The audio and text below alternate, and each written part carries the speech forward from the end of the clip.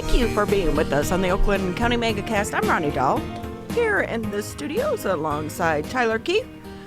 It is a Monday. How was your weekend, Tyler? Pretty good. How was yours? Too short. Yeah. Very short, in fact. But, obviously, the big news over the weekend is we were talking about on Friday, the president and the first lady testing positive. The president now in the hospital. They are saying hopefully he will be released later today. So we like to extend our well wishes to the president as well as the first lady and so many other people in his camp now testing positive as well. Again, it just goes to show, like, you're seeing people that were in the same room. Some test positive, some don't. Some have very mild symptoms, some more severe. Again, this virus is 6 months into it. We're still navigating it each and every single day, and everything is different as well.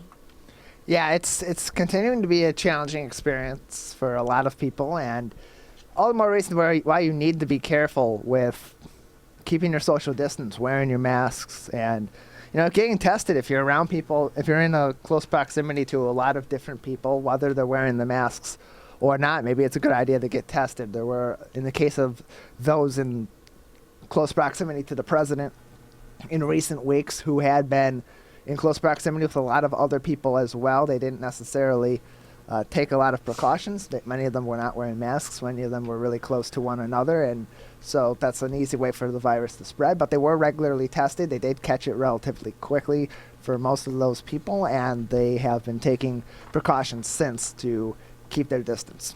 Well, and one of the things too is I heard one of those interviews, I think, with Giuliani this morning. He said they're tested every day that they go into the White House. Yes. So that's another thing that makes it hard. Even we saw over the weekend with the Lions, where the one player for the Saints tested positive, and it turned out to be a false positive.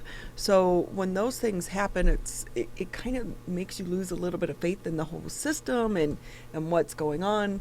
So you kind of get that as well. But our well wishes to the president as well as everyone on his staff as well. And while we mentioned football, another disappointing loss for the Lions as they took on the New Orleans Saints. A lot of people went into the game so hopeful.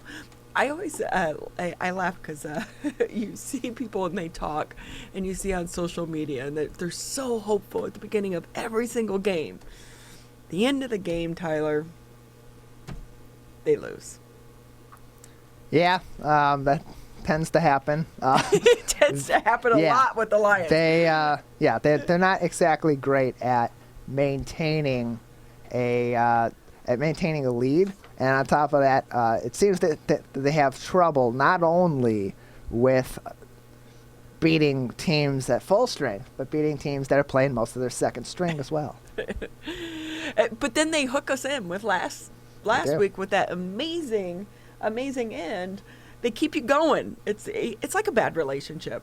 It starts out exciting and great, but then ends disappointing as well. But the Lions also announcing that it does look like they are not going to have any games with any fans this year. In the beginning, some of the fans, the season ticket holders, were able to get tickets for what they thought was going to be 3 games that they'd be able to attend there at Ford Field. And the Lions announcing over the weekend they don't think that's going to happen, that they will finish out the season without fans there in Ford Field. But anyway, so a lot to get to over the weekend as well when it comes to the news. So if you head over to civiccentertv.com, obviously one of the big rulings coming out of Lansing over the weekend on Friday afternoon, impacting so many different things, and that was the state Supreme Court ruling regarding the use of executive powers by the governor, saying it's unconstitutional. So that has a snowball effect as to what's happening and where do things stand now.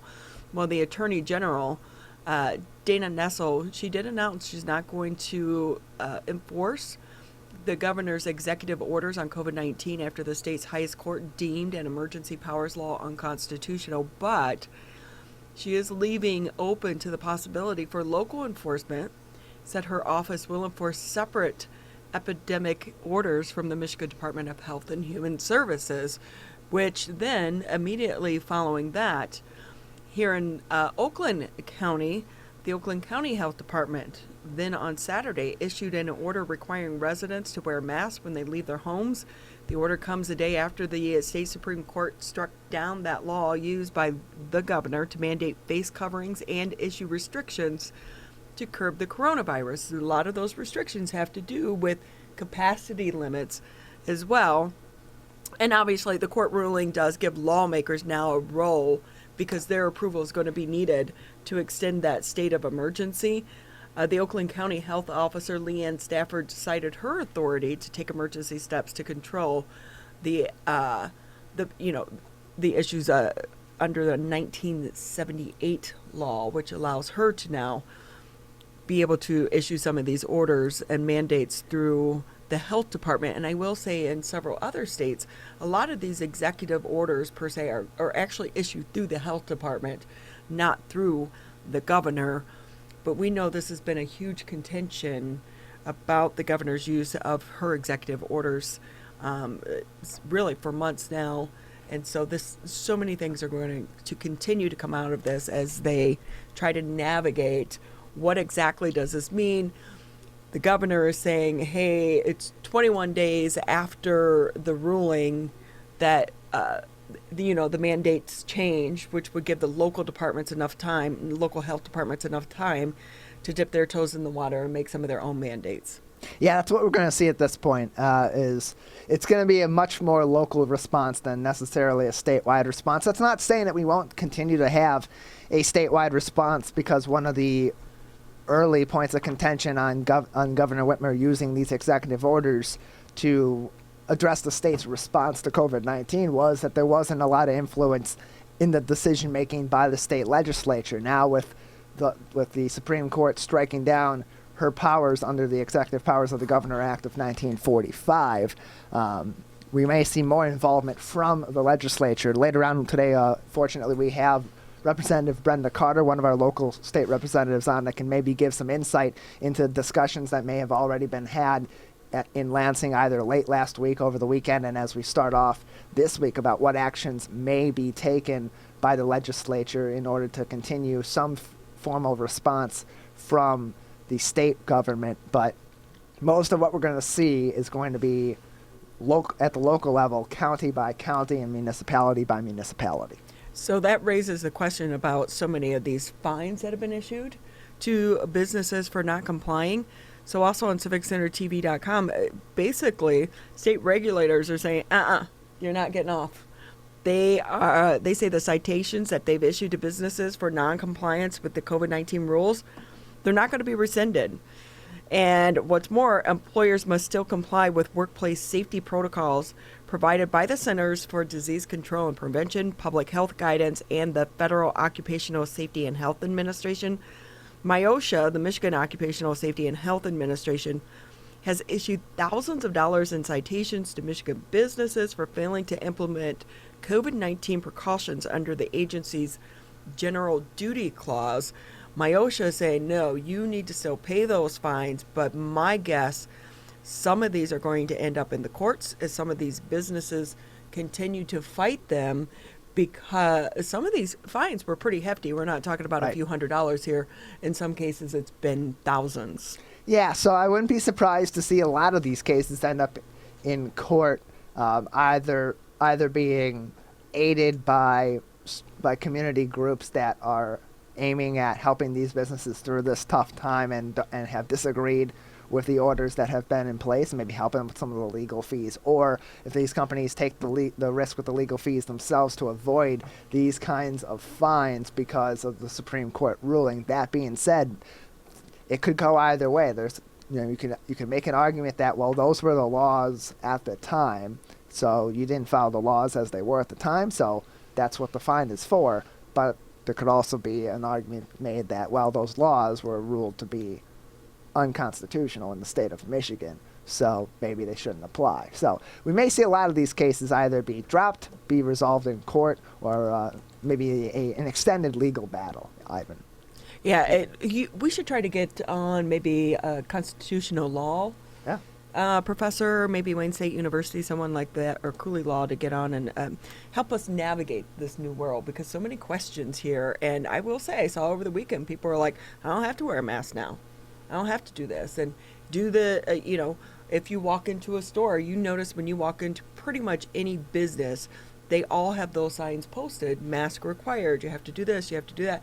And that is because that was mandated under one of these executive orders. So it'll be interesting to see how this continues to play out here in the state of Michigan, because pretty much we've already had a GOP state lawmakers say they don't think they want a statewide mask mandate, that we're adults and people should be able to make up their own decisions. So we'll see where this goes forward. And that circles back to the response on the local levels.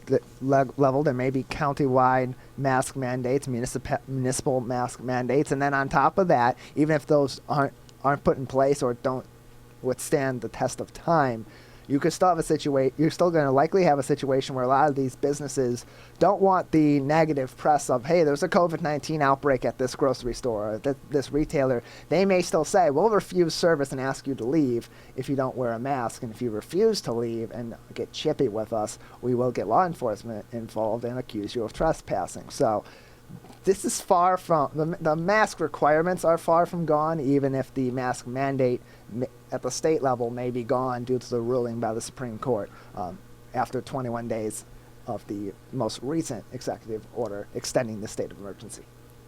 You'll find those stories and so much more over on civiccentertv.com. You'll also find direct links to the CDC as well as the state of Michigan and Oakland County and all of our local municipalities as well. So, keep up to date there. We try to make it easy for you, so you have one spot to go to click on all those websites instead of checking each and every one. Because, again, 6 months into this and everything continues to change on pretty much a daily basis, and in some cases even an hour by hour basis. That aside, we have a lot for you here on this Monday edition of the Oakland County Megacast. Always appreciate everyone tuning in. Tyler and I are here in the studios Monday through Friday, 10 a.m. to noon on CivicCenterTV.com. You can catch us there. Or if you are in the Birmingham area, catch us on the Municipal Access, Channel 15 on Comcast, Channel 99 on AT&T. If you're out driving around, tune in to the radio, 89.3 WBLD, 88.1 WBFH. And then today, we are also streaming today's Megacast on the Greater West Bloomfield Chamber of Commerce, their Facebook page. So we want to say thank you to them as well, which pretty much, though, Tyler, people keep saying, what are you doing now, a podcast? And I'm like, of everything we are, podcast is not the one word that kind of fits in there. No, that's right at the bottom of the list. We're a little bit of, we got a little bit of podcast in us, but not much. We're pretty much everything in every place. Yeah. We make it easy for you to be able to catch us, because right now, so many people aren't actually tuning in and logging in to your local news. They're getting it from the internet, from social media, and so we're just ahead of the trend. That's what I like to say, Tyler. I would agree. We're going to take a quick break here on the Oakland County Megacast, and when we come back, we'll be checking in with the superintendent of the Bloomfield Hills School District, see how they are going. How are things going? I know for some districts, a little bit of a rough start there, but they're adjusting, just like the rest of us. This is the Oakland County Megacast.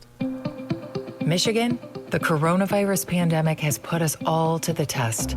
And now, it's time to put COVID-19 to the test. As we move forward, testing will be critical. We encourage anyone who has reason to get tested to do so, those with symptoms and those without. If you are leaving home and going back to work, get tested. If you think you may have COVID-19 or you've been exposed recently through family, friends, or coworkers, get tested. Our test locator tool can help you find the right testing site that fits your needs. Even if you're looking for easy access with no cost, no prescription, and no appointment necessary, we've got you covered. Help Michigan move forward, not backward. To find a testing site or learn more, visit michigan.gov/coronavirus test. A message from the Michigan Department of Health and Human Services.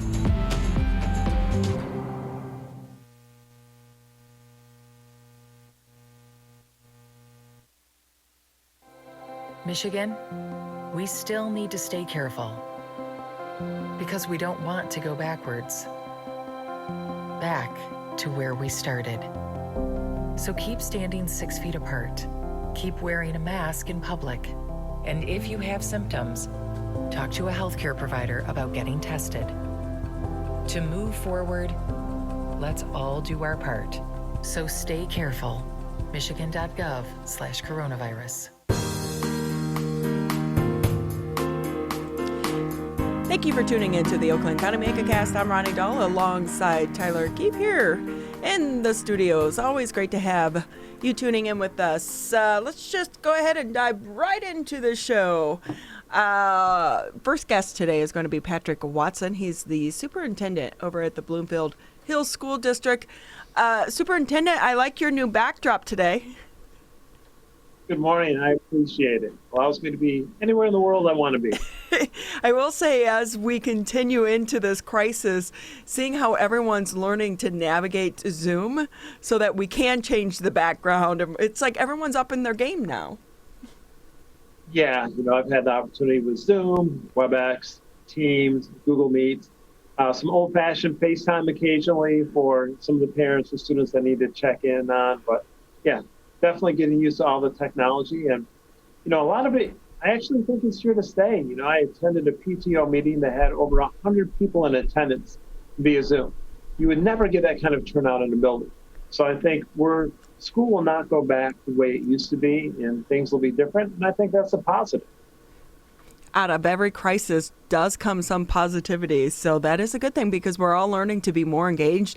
And on that topic, I will say going into this next election, I think people are really going to start paying much more closer attention to the people that are on the ballot when it comes to our schools and issues surrounding schools. Because before, especially on the colleges, the board of trustees, people of that nature, you were like, that name looks familiar, So I think really people understand now these local elections really do matter.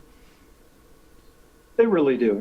I pay a little attention to not just locally, for example, who's running for school board in Bloomfield Hills and positions Oakland County and nationally. But, my main focus are students.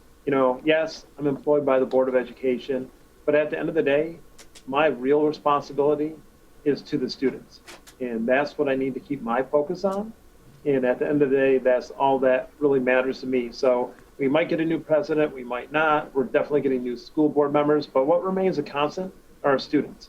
And our students need our support. They, especially, with COVID and everything going on, our students are counting on the adults more than ever to do their job and do it at a high level. So our goal is to make sure we live up to our students' expectations, because if we've taken care of them, at the end of the day, that's all that really matters. And let's talk about the students. You're, a few weeks into this now in the new school year. How are things going? Because the students are pretty lucky. They are attending one of the best public school districts in the entire state of Michigan. What a blessing for them to be able to be a part of your school district. But I would imagine you guys have your challenges just like everyone else. We do. Our schedule's crazy. So we are back pre-K through 12 using 3 different hybrid models. So we've got one for special ed, one K through 8, and one 9 through 12. Really trying to accommodate our students based on the needs they have. We know it's never a one-size-fits-all. So, the different amount of bus runs and different stops and different lunch schedules in different buildings, it's been kind of chaotic. But the students I've spoken to are definitely happy to be back.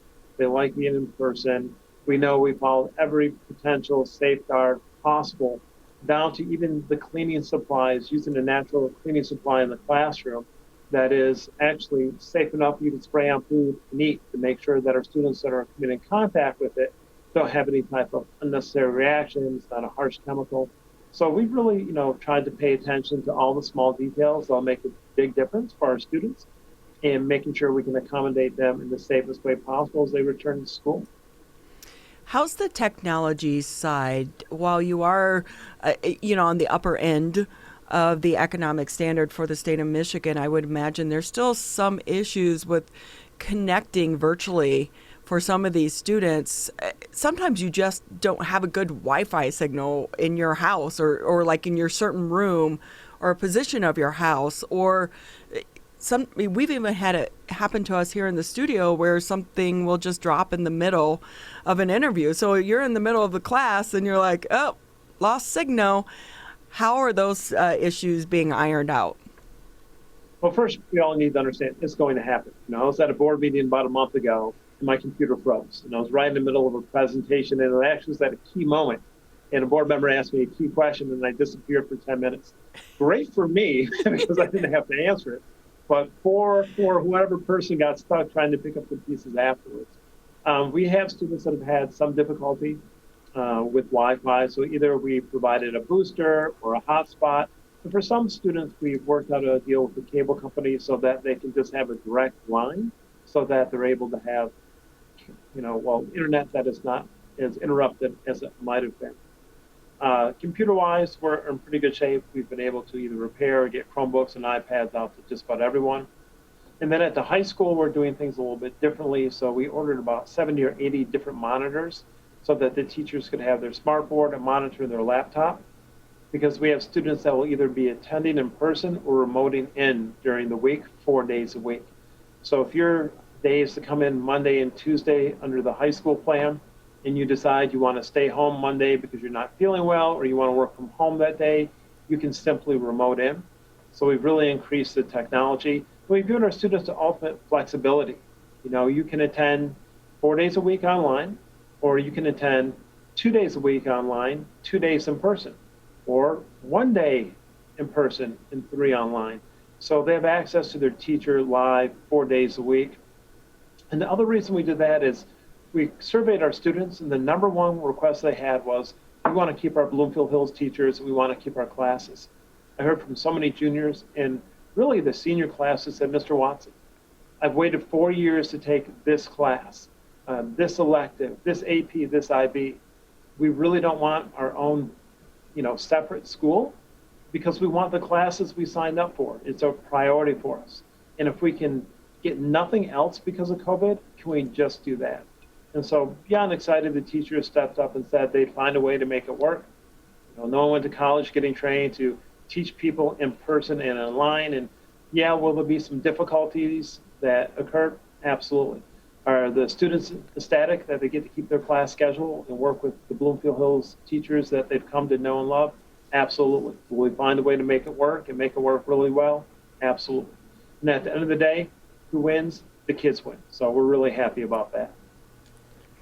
Bloomfield Hills Schools Superintendent Pat Watson joining us today on the Oakland County Megacast all throughout the local area. So, Pat, with the relative success that's been had with this model of teaching during this pandemic, are there any plans in the near or distant future this semester or later on in the school district to go back to a quote-unquote normal method of schooling, or continue this on even beyond the pandemic, this certain format, or are you going to stick with this format as it is for the remainder of this school year, for the long haul, as the pandemic continues to be addressed locally and nationwide? Well, we're doing two things. We're planning forward and planning backward. Let me tell you what I mean by that. As far as planning backward, if cases get too high or we need to shut down the full remote, we need to be ready to do that in a short turnaround time. As far as planning forward, we're looking at what would it look like if we brought everyone back starting K through 8, because our configurations aren't the traditional K5, 6, 8. They're K3, K4 buildings, and then 4, 8, and 5, 8 buildings. And what would that look like? Looking at the metrics that we adopted from Harvard, looking at the case rate, which we know we've been in yellow for over 100 days, but then the test positive rate, we've been in yellow for about 17, 18 days. Once we get to 21 days in yellow, that means we're fully in that band, and that allows us to look at different options. Planning these things out, as you can imagine, takes tons of time, but we want to make sure that when it's time and the data supports it, we can either move forward or we can move backward and do it in a short period of time. I love that you're thinking like that, and that is a good way to put it, especially to the parents and to the students. It simplifies it, although it's not a simple problem. But I wonder, too, does it do more harm if you move forward and then have to quickly move all the way back? Is it easier for the kids to get into some type of routine in this hybrid method for a while, even if the data down the road suggests it is okay to go back into the buildings? So one of the things we established with our community quite a while ago is that when we're going to make a significant change, if it's moving forward, we'll make sure there's a minimum of a 2-week notice. I mean, teachers need to prepare, staff needs to prepare, the building configurations would need to change, bus routes need to change. I mean, the cleaning routines need to change. I mean, there's so much to it. So it wouldn't be a snap decision like, okay, today's Monday, on Friday, we're moving forward with our plan. When it comes to moving back, we will have to pivot in a short period of time. By short period of time, I mean 24 hours. If we see an explosion in a building as far as case rate, if we see a situation where, the governor has moved us back to phase 3, we can't all of a sudden say, okay, we're going back to remote, and 2 weeks from now, we'll kind of get everyone back up to speed. And we just can't do that to our community, and we can't do that to our students. So if it's moving backwards, it will be a short period of time. If it's moving forward, there'll be a 2-week notice. But you need to have the plans in place. It takes months, believe it or not, to plan every single detail of what's going to happen. Make sure you have a chance to be successful with it. And so that's why you have to continue to plan. I'm so used to, and this is my 26th year in education, that you work all summer, you get your plan, and then you execute your plan when the school year starts, because you planned it. I've never experienced something where you're constantly, continually planning. You're never done with plan. Even with the hybrid model we have right now, we're still working and tweaking it as we plan forward and plan backwards. Right. What's so hard to is I would imagine, like, in your mind, you're thinking, okay, A, B, C, D, and E, you're dotting your I's, crossing your T's, and then something comes up that you didn't anticipate or throws everything you did think out the window, and you're starting over. And I wonder, like, the amount of time that people such as yourself and all of your coworkers and the other school districts are being focused on this problem has to be taken away from some of the other things you would much rather be doing. Yes and no. Those other things are still getting done. I know we're been implementing our strategic plan. We're working on what our bond needs to do. But unfortunately, what happens is you only have so many hours during the day. And so your work day basically becomes a 17 or 18-hour day. And, which is a huge ask, right? When you're asking people in the middle of a crisis and things like that, it's a huge ask. So everyone's really stepped up and really made the best of an impossible situation. And you kind of have to embrace the challenge, you got to think of it that it's going to be fun, believe it or not, because it's the ultimate puzzle and to see if you can solve it. And people, I'm so proud of the way people have been able to just change on a dime. For example, we spent months building a virtual high school. Months. We had all these online classes and Canvas all ready to roll, loaded with all the content for the full year ready to go. And at the last second, we said, you know what? We're not going to have a virtual high school. We're going to let students remote in, have them keep their schedule, have them keep their teachers. So that work doesn't go to waste. Next year we'll have the opportunity for our students to take fully online classes that are taught by Bloomfield Hills teachers. So it hasn't gone to waste, but then we had a short turnaround time to figure out what it's going to look like for students to remote into the classroom, what technology are we going to need, what training are we going to need for teachers. And so you kind of have to just kind of go with the flow. There's no right answer, and there's typically not the best practice. And so we've tried to lean on what is the safest practice going to be. I think back, for us, we say to the kids in the newer generation, when I was your age, I had to walk 20 blocks in the snow, uphill, one way. Now they're going to say, I lived through 2020's COVID-19. What are their stories going to be, right? Yeah, I've got 3 seniors in my house, 3 kids, 2 seniors in college and a senior in high school. And she will definitely have stories to tell. And, I can't compare. When I graduated high school in the 80s, we didn't have to deal with any of this, My biggest problem was, could I sneak out of the building and get downtown Ann Arbor and back before the end of the school day and not get marked absent? That was my stressor. It's a lot different now. There's a lot on the students and what they have to do and the procedures and protocols. And really their whole life has been turned upside down. So as much as possible for those that are turning in-person learning, we're trying to create some sense of normalcy and really focus on taking care of not just their academic needs, but their mental health needs as well. Oh, that's so important. So important. So while we have you on with us just a couple more minutes, how high school sports is back. How's it going for you guys? Going fairly well. We're starting to close back up as well. Again, when students come to school, typically there are four things that they're really passionate about, or one of four. It's either academics, activities, the fine arts, or athletics. So within those four A's, typically the students have something that they really enjoy. So we're trying to make sure that, athletics are back, but what are we going to do for our fine arts students? What are we going for our students that are involved in activities? What about our students that are really passionate about academics? To make sure we provide the same type of oversight and diligence in getting the other groups up and running to do what they want and not just focus on athletics. So with the change to MHSAA, as far as, how many people can actually be in the stadium, gives the opportunity for our band to participate, which is great. We're looking at what we can do as far as theater. So we're really, robotics is starting back up.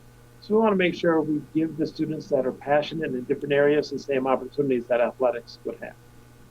Pat Watson with us. He is the superintendent of the Bloomfield Hills School District with us today on the Oakland County Megacast. Pat, just another minute or so with you before we let you go. As of now, we're still a ways away from this, but hoping not to get into a similar situation that we had late in the previous school year due to the pandemic. Have there been any initial discussions about should this continue on through the remainder of the school year, how the school district will address certain traditions and rites of passage such as graduation, commencement, and prom and so on? Yeah, that planning will start second semester. We're really looking at, for what activities and events should we have. For example, one of the traditions Bloomfield Hills High School is to have the senior pancake breakfast. That still took place. It just took place in the parking lot. Last night, the seniors painted the rock, a tradition. Again, social distancing, students have a mask on. They were still able to go out and do it. So we want to keep those traditions as much as possible. While they might feel and look a little bit different, it's still important, if we can do them safely, to continue doing them. So that's part of the planning forward I talked about. What about homecoming? So looking at what options we may have. Again, can't really dance unless you're 6 feet apart, so Right. It makes it a little more difficult. So we're looking at what different spins we might be able to put on that. Great team at the high school that is reviewing all those different things. And, I think back to our drive-in graduation. And a lot of, parents and students were stressed. Is it really going to feel like a graduation? Is it going to feel like a celebration? Is it going to be enjoyable? We've never done it. The feedback then, and the feedback that continues now, is they really enjoyed the drive-in graduation. And it was a great time, to hear their name called and move to the next step in life. It was just a great experience. So some new traditions might also be born out of this. And that's good. Change is good. It can be. The only thing constant in life is change. Superintendent Watson, anything we didn't touch on that you want to share with your viewers and listeners there at the school district? Just thank you to everyone, the warm reception. I know for me, I've had the ability to reconnect now with over 40 of my former students that either teach or live in the district. So it's like, wow, I haven't seen you since 1998, and now you're late 30s and have 4 kids. But wow, things have changed a lot. So You're not that old, though. They aged, but you did not. I don't know about that. By 9 o'clock tonight when I'm asleep on the couch, I have aged. So it's a little bit different. But it's just been so great, and the community's been so nice. And, just like I said, seeing so many of my former students. I took, one picture at Lone Pine. I think it was 5 or 6 of the PTO mothers that are all former students. So it was like, wow, it's just amazing to see everyone grow up and see what they've, been up to and catch up. What have you done from 18 to 36? Fill me in. It's been a lot of fun. Oh, that's so great. By the way, the fact that you mentioned that you skipped school when you were in high school, we caught that. We won't tweet it out, but we did catch it. Oh, well, please understand, it was different in the 80s. I mean, that's nothing. Well, now if you're at home, what do? Just turn off your camera and go run an errand? I mean, is that skipping school now? Right. So it was the supervision in the 80s was a little bit different than it is now, right? So yeah, like everyone, I made mistakes in high school. There were days I should have been there that, maybe I wasn't quite on time, but you lived and you learn, and it's part of growing up. No, you just earned major brownie points with a lot of the students there. We thank you so much for your time. Good luck to you and your entire team over there for the rest of the school year. You guys have been working crazy hours to try to pull all of this off. It's appreciated. It is definitely appreciated.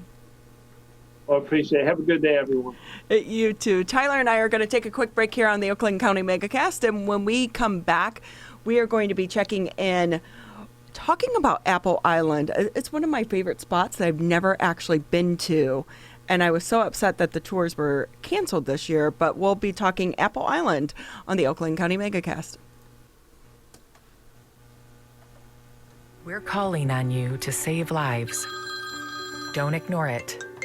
Don't let it go to voicemail. It's urgent. In fact, it's critical. Because if you've been in close contact with someone who tests positive for COVID-19, you may have been exposed to the virus. And you could get a call from My COVID Help or your local health department. So please answer the call to learn how to protect yourself, your family, and friends. We're calling on you to stop the spread of COVID-19, to make it safe to reopen businesses and help Michigan move forward. So if you get a call from My COVID Help or your local health department, you may have been exposed to someone with COVID-19. To protect us all, answer the call.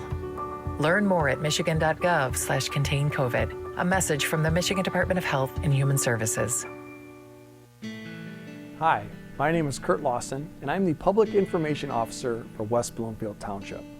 We wanted to reach out to you, our older adults, to provide information that you may find useful during this difficult time. We want to ensure you that West Bloomfield Town Hall, our Waters and Utility Department, West Bloomfield Parks, and our police and fire departments continue to work hard on your behalf. Information and resources can be found on the Township website, the police Facebook and Twitter, or call West Bloomfield Park's COVID-19 Help Hotline. Please remember to keep your social distance of at least 6 feet, wear facial coverings when you leave your home, and wash your hands for at least 20 seconds with soap. These precautions will help keep you safe during these difficult times.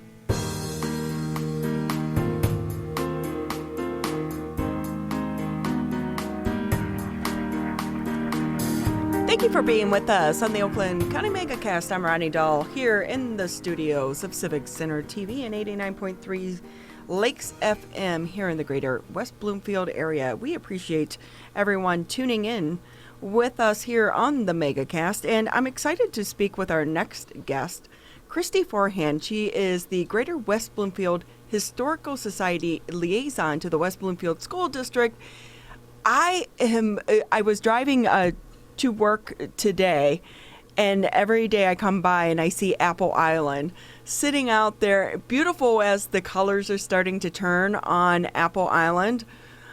I have yet to be out there. I keep missing the tours. Oh. I want to go. How are you today? I'm very good. Thank you for having me. I guess we should start out for the people who don't know what Apple Island is. Fill everyone in. Okay. Well, if, as you said, Ronnie, when you drive along Indian Trail or Old Orchard Trail and pass Orchard Lake, the lake, there's a large landmass in the center, and that is Apple Island.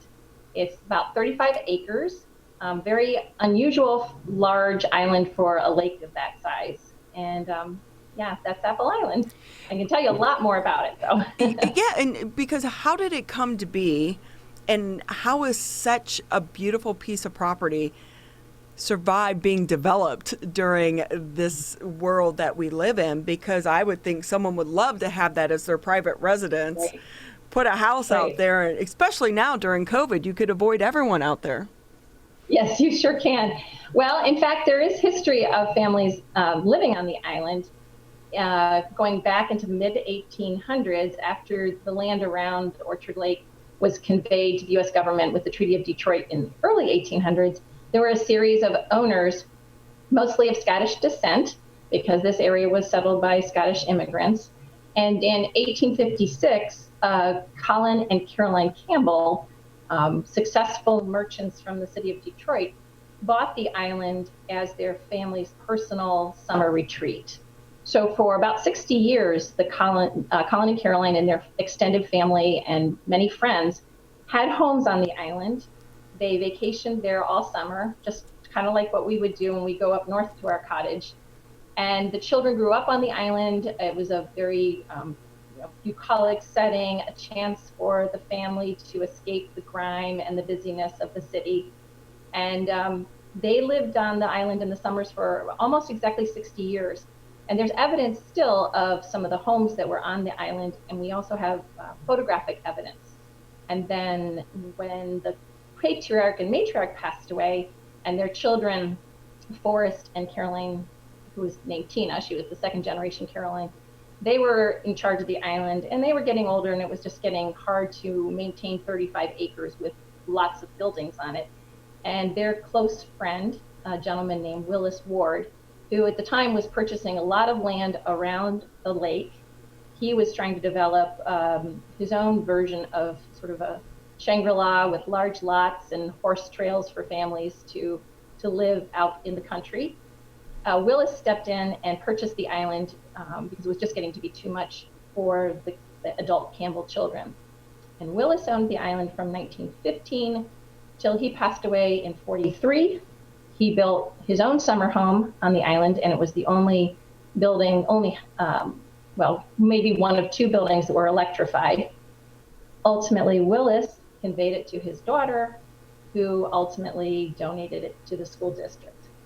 And that's really kind of why we're talking about it right now, because on October 11th, which is just a few days from now, will mark the 50th anniversary that Marjorie Ward Strong, she had passed away, with her dying wish, they say, was to convey the island to someone who would preserve it as an educational woodland sanctuary. She didn't want to see it developed. She didn't want to see it bulldozed.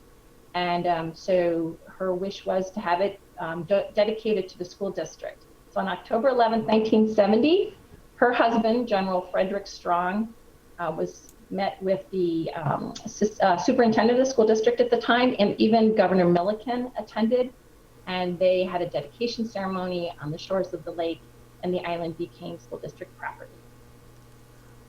What a wonderful gift that they gave to the school district and all of the people here within the area. So are there any buildings still actually on the island right now? Well, as you can imagine, when the Willises left for the final time in the early 40s, most of the construction was wooden construction with stone foundations. Some of the newer buildings that the Wards had built were brick and construction block.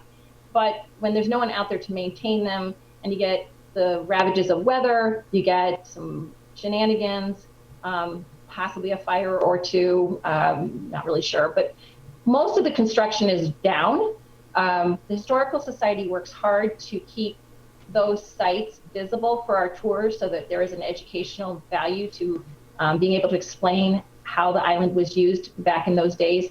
So there are no standing structures, but there are lots of evidence of at least 4, 5, 6 different buildings that were on the island.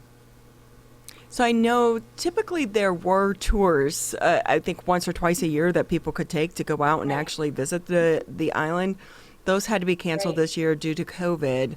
How can people see it now? Are you doing anything virtually like so many other organizations? Right. Well, let me speak to the live tours first, because we do hope to resume those in 2021. So the Historical Society does offer guided community tours, usually the first weekend in June. So you just have to watch the website for the details. And you'll learn a lot. You'll get a tour of the island. You'll get to see those different sites that I referred to. And that is also a major fundraiser for the Historical Society.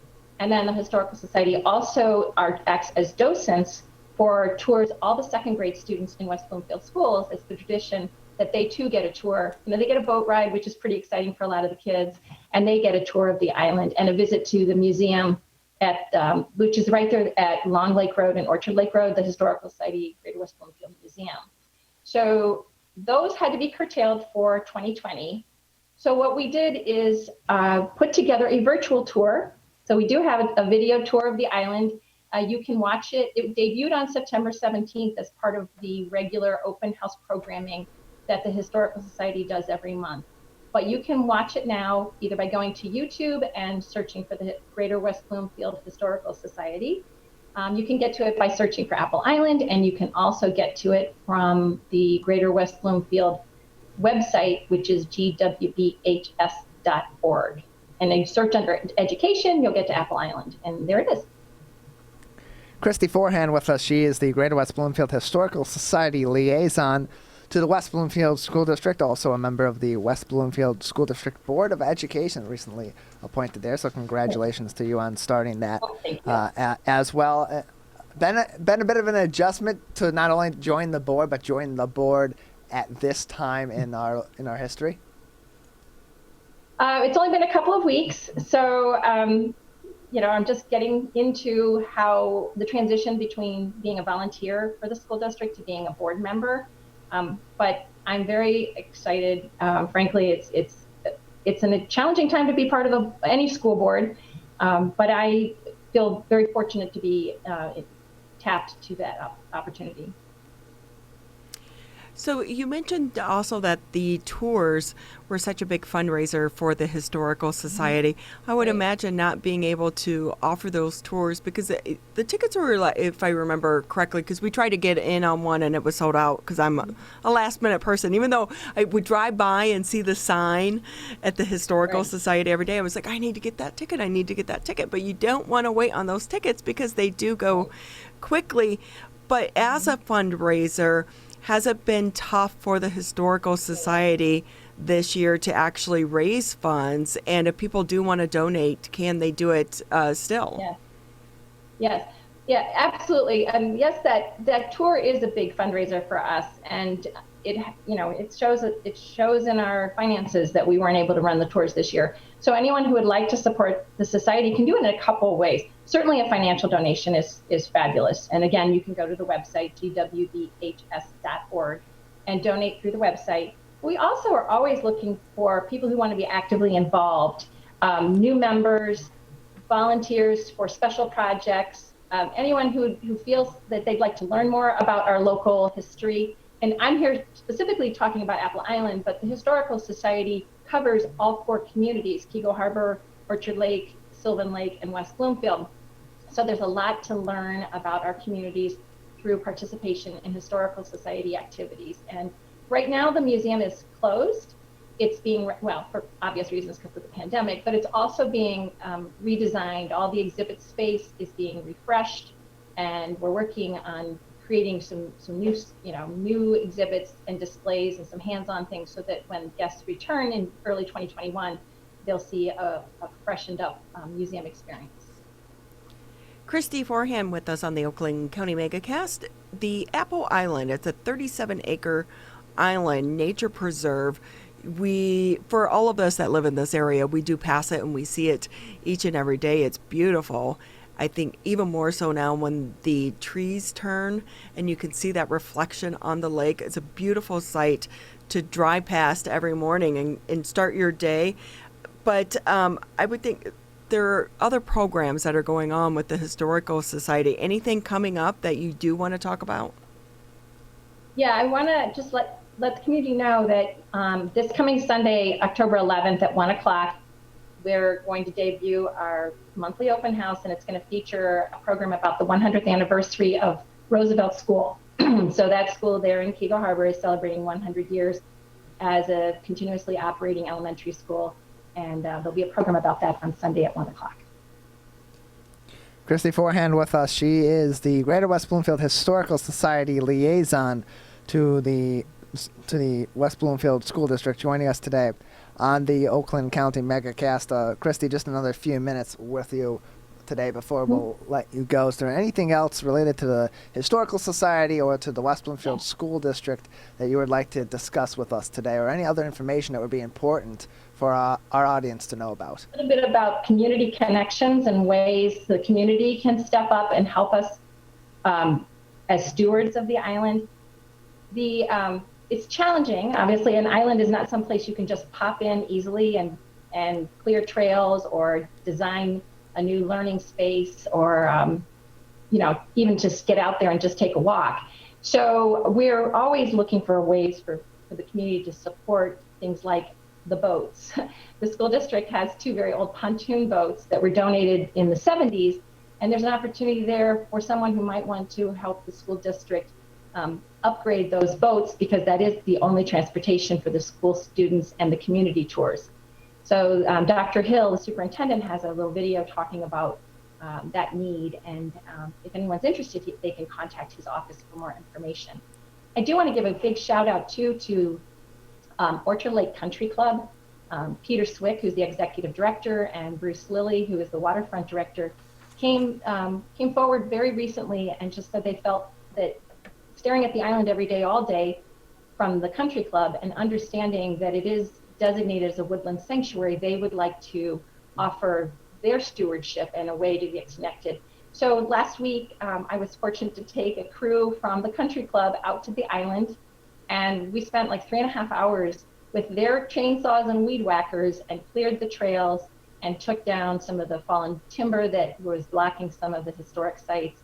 And that's maintenance that's often done by the school district maintenance crew or volunteers from the Historical Society. But with all the restrictions put on COVID this year, it didn't happen. So we really appreciate the country club staff stepping up, and look forward to expanding that relationship and getting maybe some of their members involved too, as connecting with the Historical Society and extending their stewardship to the island. So thank you to them. Christy Forhan with us here on the Oakland County Megacast. Your video is dragging just a little bit. Your audio is good, so we're going to switch you over to a graphic now. I love what you're... so if it does come to volunteers, because I would imagine, like you said, it takes so much to actually maintain this, do you have a volunteer program for people who are willing to go out there to do some of the work that you are talking about? Because again, the island, you're not swimming out there and you're not walking out there. So it has to be, chaperoned and escorted, I would imagine. And that kind of presents a few different challenges when it comes to volunteering. Right. The school district owns the island, and technically people are not to be on the island unless it's sort of an official capacity.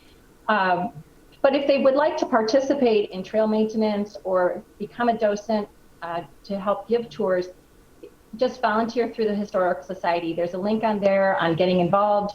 Send an email, indicate your interest, and we will make that happen. And I know it is official school property.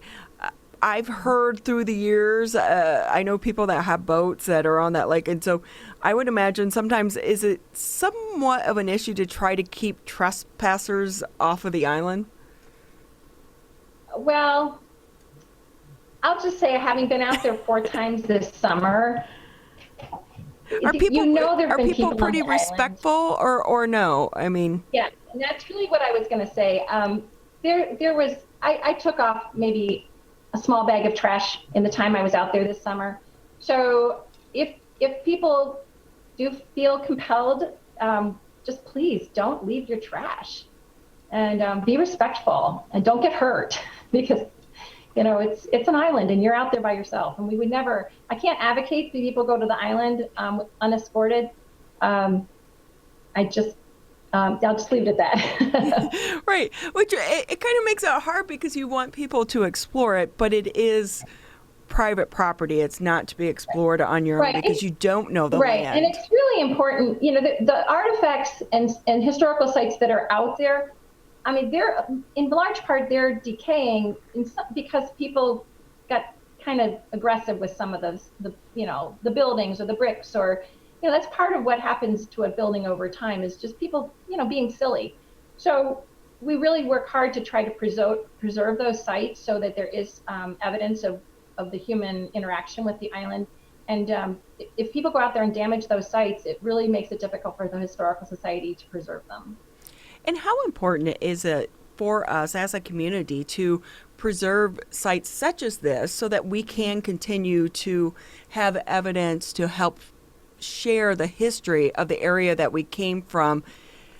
Because it seems like, we are in a time in our lives right now where a lot of people want to say, if from a historical standpoint, if they don't agree with an issue, we're seeing monuments torn down across the world because maybe they don't represent our views of today. From a historical standpoint, in your opinion, how important is it to preserve and to know where we came from? Yeah, I think it gives you a richness and a depth of appreciation for the area where you live. Just a simple thing like knowing that Scotch Elementary School, where my kids went to school, and it's West Bloomfield Elementary, is named Scotch because the area was settled by Scotch immigrants. Green School back in the day was not just a color, it was actually the name of the family whose property where the school was originally located. So I think it helps us connect with those who've gone before us and have appreciation for the fact that there was something here before, Orchard Lake Road was a 4-lane highway.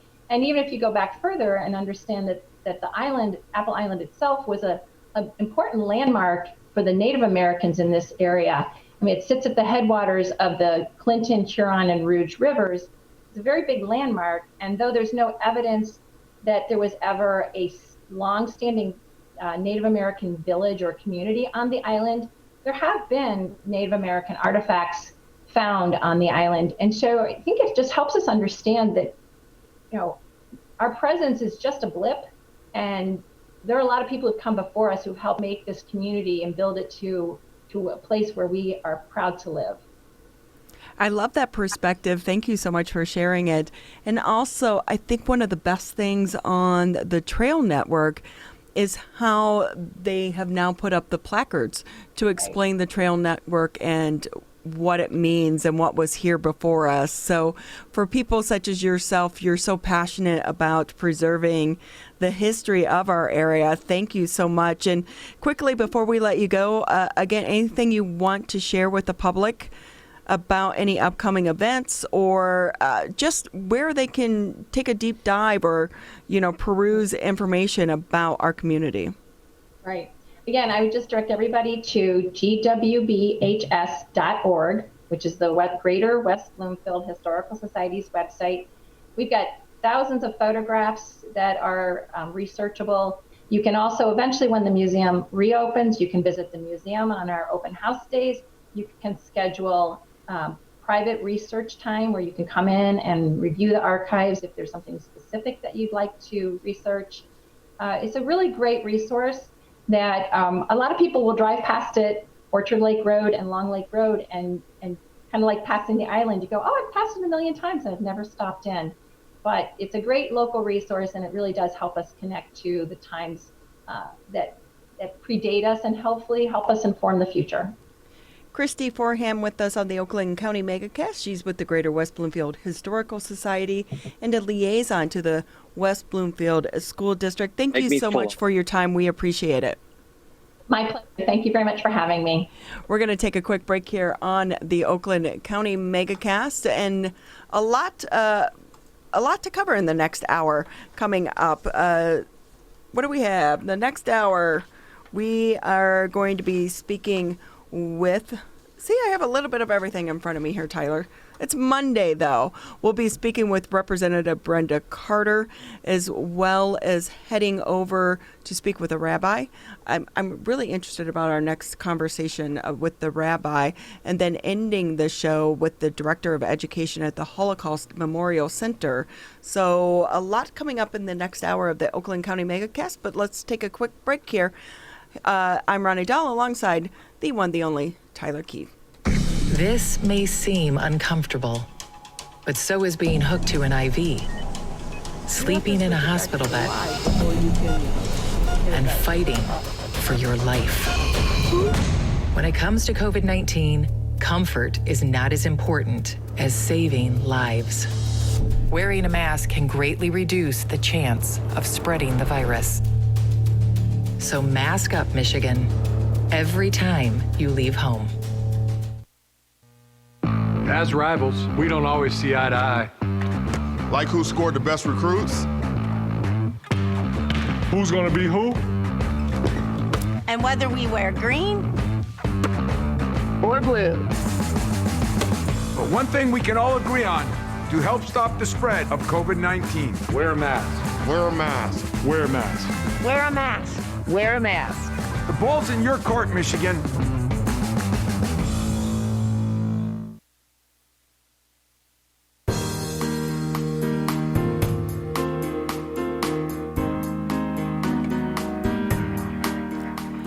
Happy Monday. Thank you for tuning in to the Oakland County Megacast. I'm Ronnie Dull alongside Tyler Keefe. This is 89.3 WBLD, Orchard Lake 88.1 WBFH, Bloomfield Hills. You can also catch us on civiccentertv.com, Birmingham Area Municipal Access.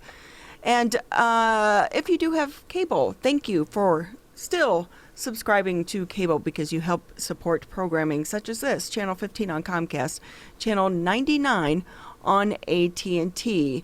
Our next guest here on the Oakland County Megacast is Kasriel Shemtov. He's the Rabbi and Spiritual Director over at The Shul. Thank you for taking time to be with us today. We appreciate it. Hi, good to be here.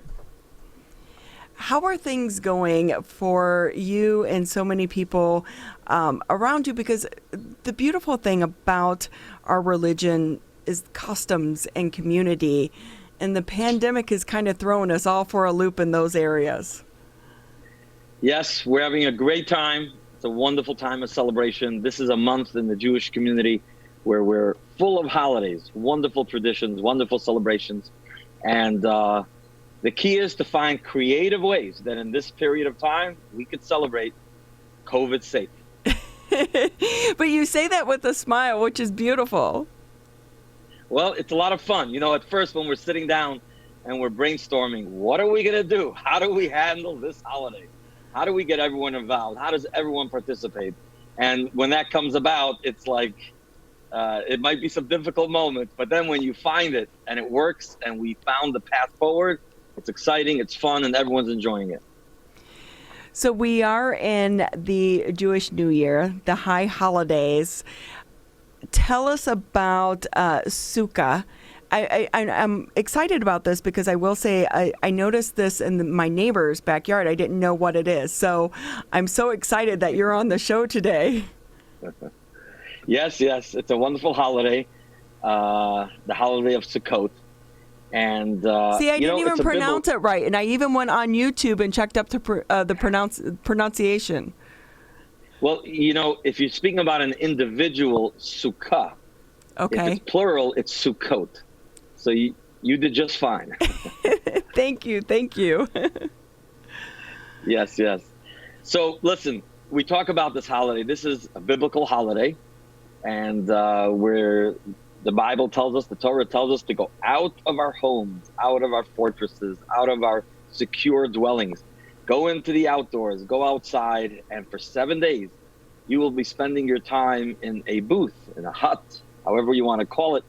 And what is a sukkah? A sukkah is essentially where you have 4 walls. You can create that with panels or many different materials. What's key is that it's open to the sky and only covered with organic material of branches, leaves, bamboo. Some people have made bamboo mats, all kinds of materials that are natural. And we sit in that booth, in that sukkah, and there we eat, we drink, we tell stories, we study, we sing, we enjoy, and we're supposed to spend our time in the sukkah. And that's what we do for the 7 days of Sukkot, of the holiday of Sukkot.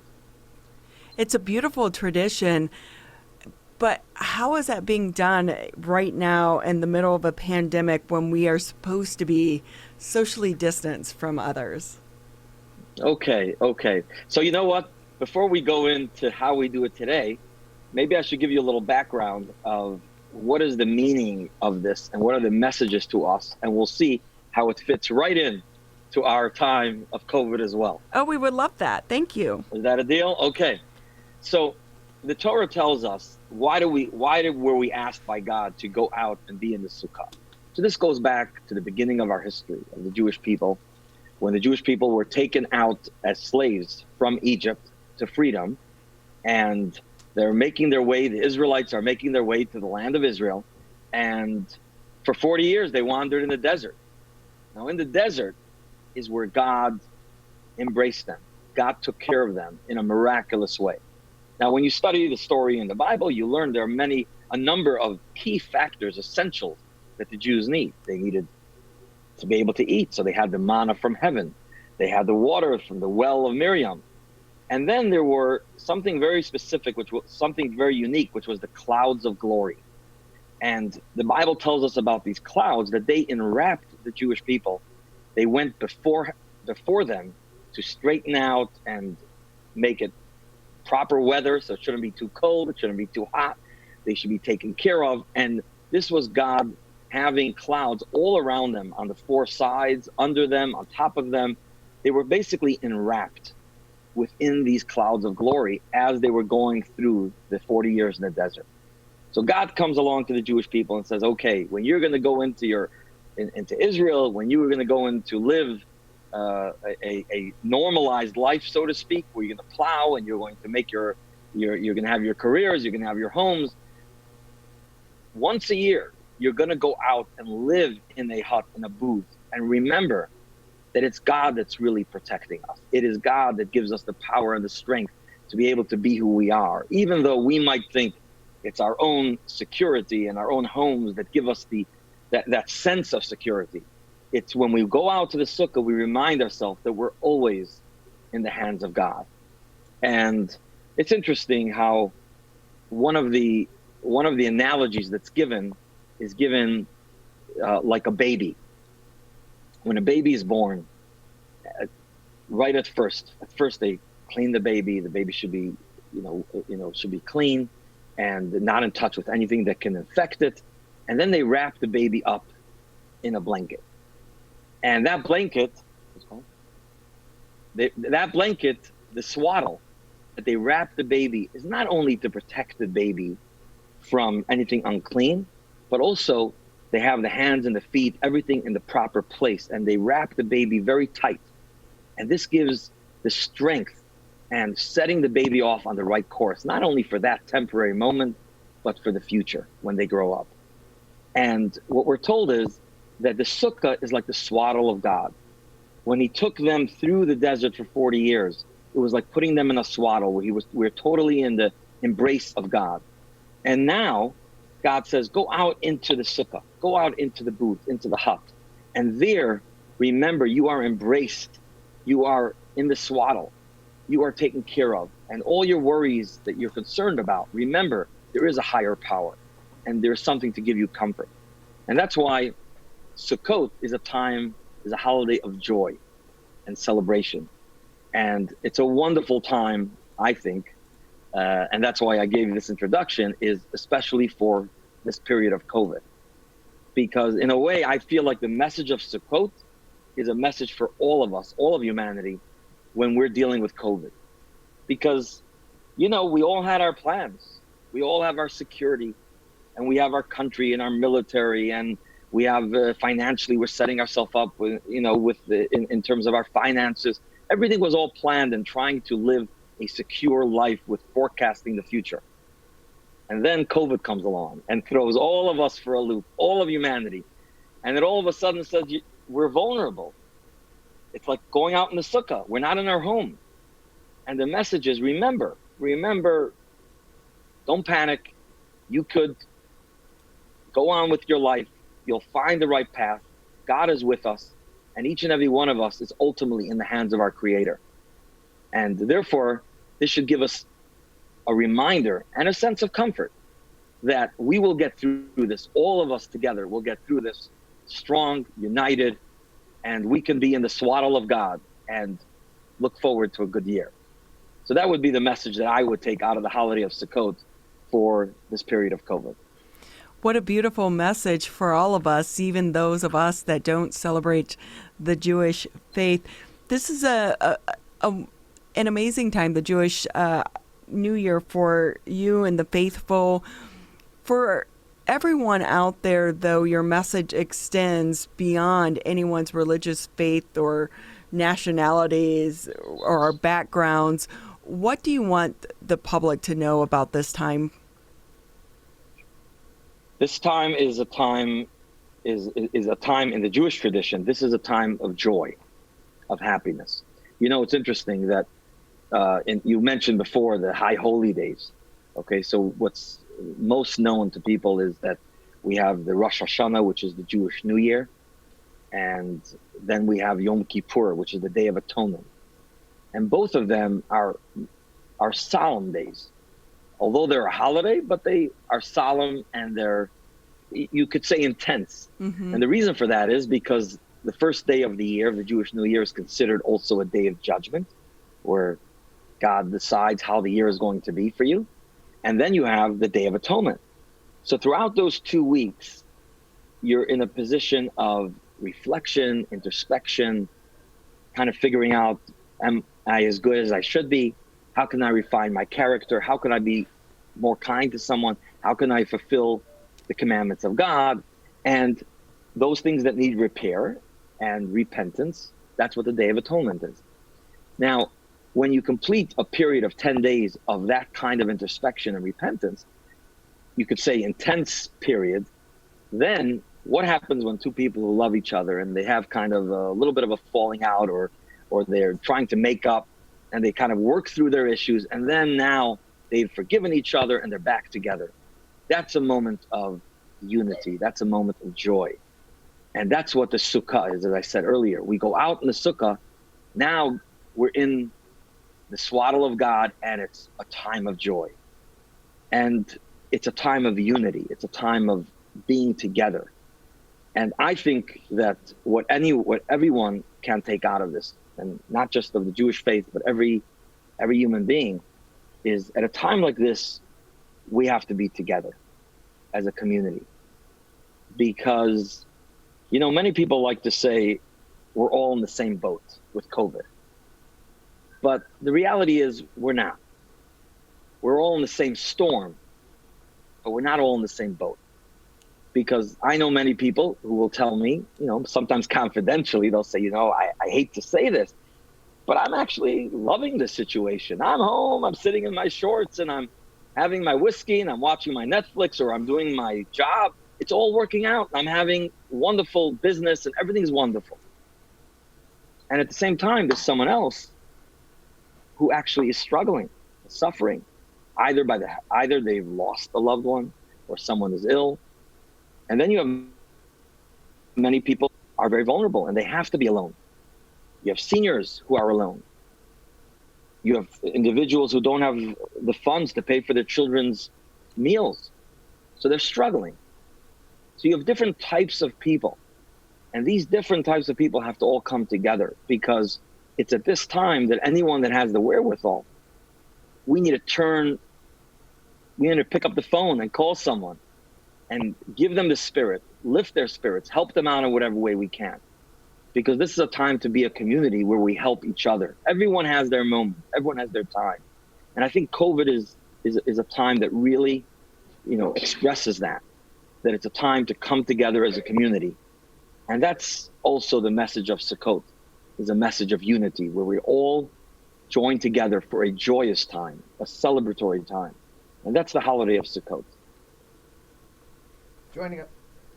Joining us on the Oakland County Megacast today, Rabbi Kasriel Shemtov, the spiritual director of The Shul, today on the Oakland County Megacast, all throughout the local area, including on the Facebook page of the Greater West Bloomfield Chamber of Commerce. So on that note, Rabbi, in this community, Shadad Lubavitch of Metro Detroit has planned events to bring people together in a safe way. Could you go into some detail about what some of those events are that are bringing people together safely during what is supposed to be a very joyous time, but it can also be a very treacherous time for a lot of people also due to the circumstances we're under. Absolutely. And this is a very exciting time for us. As you said, we're part of a movement called Chabad Lubavitch. This is a Hasidic Jewish movement, and we have centers all across the state. And what we're trying to do is, if we're going to celebrate a holiday, it's not enough to just celebrate with ourselves. We have to reach out and allow everyone else to celebrate. And this was taught to us by our Rebbe, our teacher, our leader, Rabbi Schneerson, the Lubavitcher Rebbe, who taught all of us that you can't celebrate a holiday without your community. So therefore we sat, as I mentioned earlier, and we came up with some approach for everyone, each one on their level, to be able to participate. So we set up a website. It's called sukkahInThePark.com. Sukkah, by the way, with 2 Ks, sukkahInThePark.com. And we have 2 approaches over there. One is we set up what's called a mobile sukkah. And in a moment, I'm actually going to walk outside and show you one of those. It's a mobile sukkah on a truck, which has all the qualifications of a sukkah. In other words, the biblical qualifications. And you go on to that sukkah, and you can practice and have a moment of celebration in the holiday. So we made a number of events in the Metro Detroit area where members of the community will come together. We have one in Heritage Park, one in Detroit, one in Huntington Woods. This is all there in the details in sukkahInThePark.com, where we have a celebration, all with social distance, sometimes even quite wide apart, everyone with masks. We have the celebration, and while the celebration is taking place, we give individual rights to everyone to go onto that sukkah, be alone in that sukkah, have a bite, have a drink, be able to make a blessing on the lulav, which I'll explain to you in a moment what that is, and be able to celebrate in that way.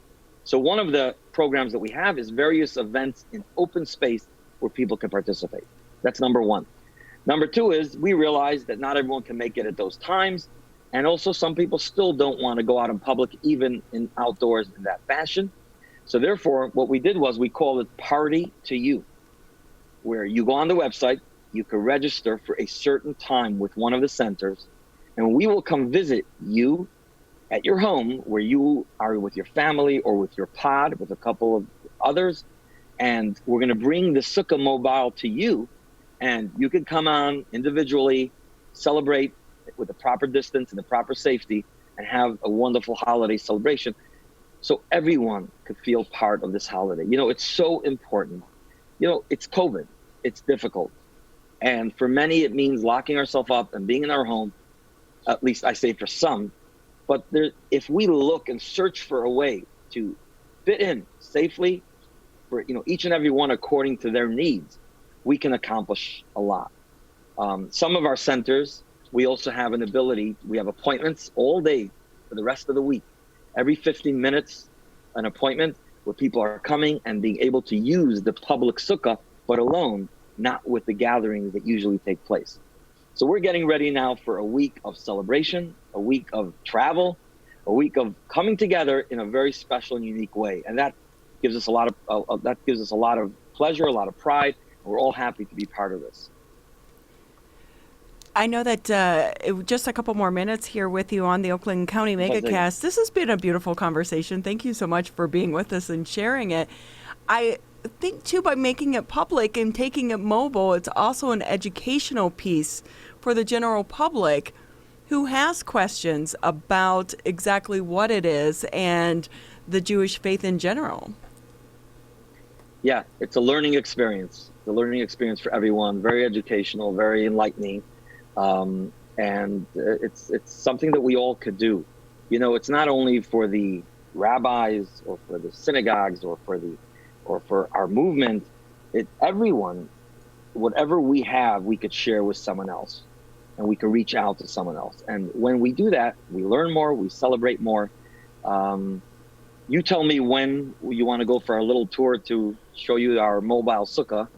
And we could go out there, and then we can continue the conversation. Let's go out now. Let's take a walk. Give us a tour. We only have a couple more minutes here with you. So I'm going to have my son hold my camera with me. Okay. And take us along. The younger generation has been great at being our IT partners during all of this, right? Yes. We're going to make our way out to the outdoors, which is very appropriate to Sukkot.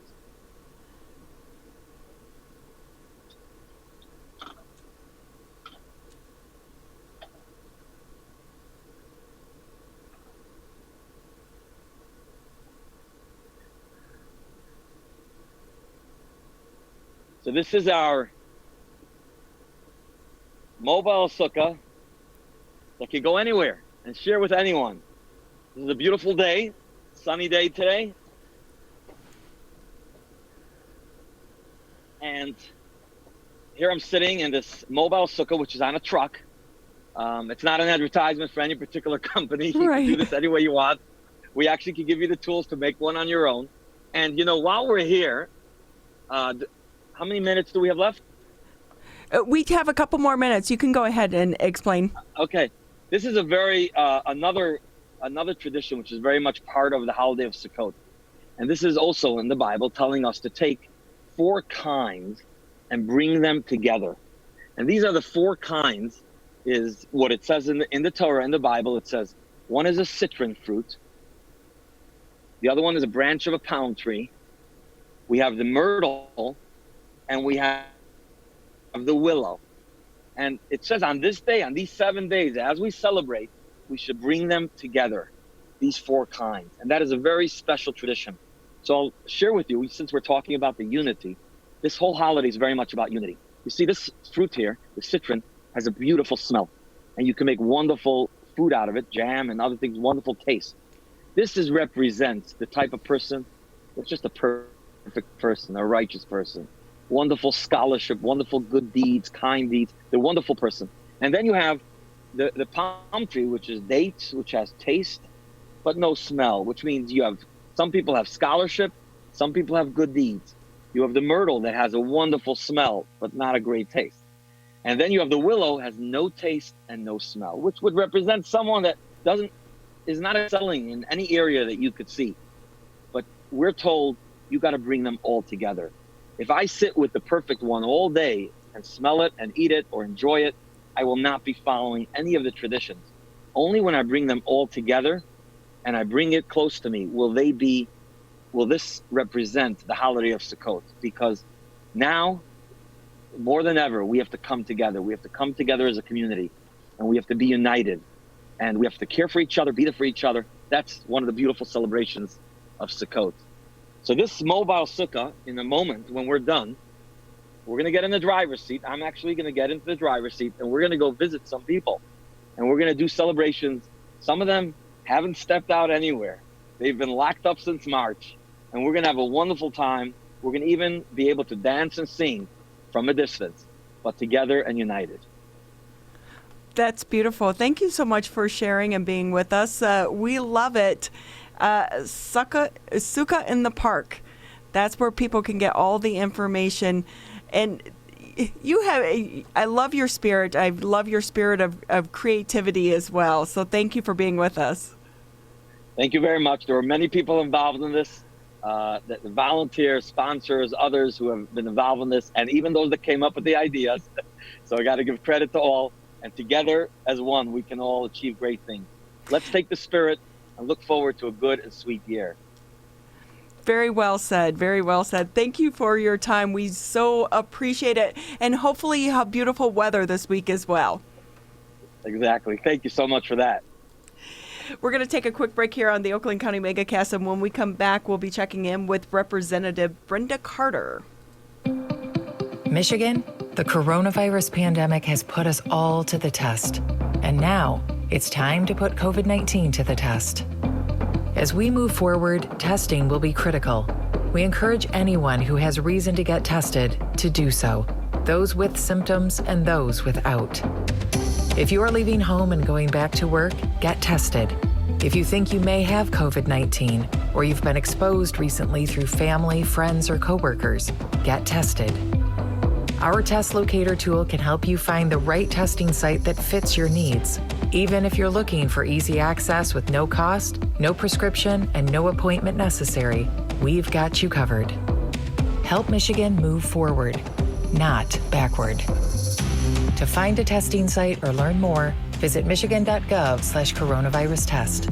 A message from the Michigan Department of Health and Human Services. Michigan, we still need to stay careful because we don't want to go backwards, back to where we started. So keep standing 6 feet apart, keep wearing a mask in public, and if you have symptoms, talk to a healthcare provider about getting tested.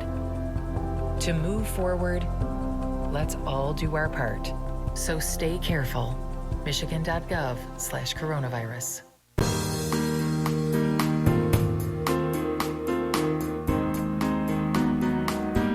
I love that interview, Tyler, with the rabbi. Nice. He was awesome. It was very nice. It's always great to learn new things when you're not of the same faith as someone, but to learn about their traditions and to understand things. And what a great message he had for all of us, that we all need to be in this together and to share in our community and share in our love with one another. And another person that is so involved in our community, Representative Brenda Carter. She joins us on the Oakland County Megacast. She is with our 29th district. Thank you for being with us. It's always great to have you. Thank you, Ronnie. Thank you for having me.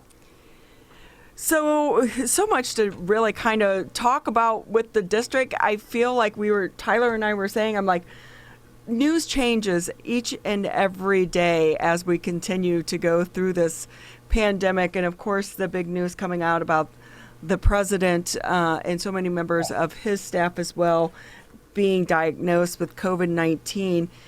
This really has no political parties, and we all need to come together. Yes, Ronnie, thanks for saying that, because first of all, my prayers are with our president and his family and staff during their trials with COVID-19. We have been dealing with this in the legislature since we lost Representative Isaac Robinson to COVID-19, as well as 2 of our colleagues on the Democratic side having COVID-19, and now one of our colleagues on the Republican side is fighting COVID-19. So this is a very, very serious virus.